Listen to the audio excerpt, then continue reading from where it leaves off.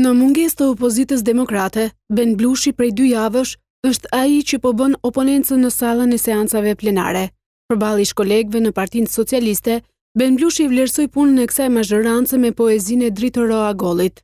Dëgjoj edhe herë Damian, për ty shkon kjo edhe për këtë tipin të mbrapa. O burra, o trima, hoqët goshtën, ngeli vrima. Ja kaq bët. Duke ju përgjigjur ish mikut të tij, Edi Rama thotë se efekti goshdës në fakt është në anën tjetër të sallës së parlamentit. Nuk ka as nevojë për shkencë për ta kuptuar pse këtu ana e djathtë, ana e goshdës është bosh. Është bosh sepse ata nuk e duan vetingun. Kundër Ben Blushit në fakt janë ngritur disa nga ministrat dhe deputetët socialist, të cilët tashmë kanë kaluar në sulme ndaj kreut të Libras.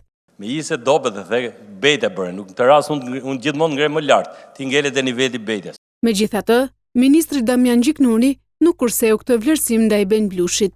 Ti mbetesh dhe do mbetesh gjithmonë poezi e bukur, kaq.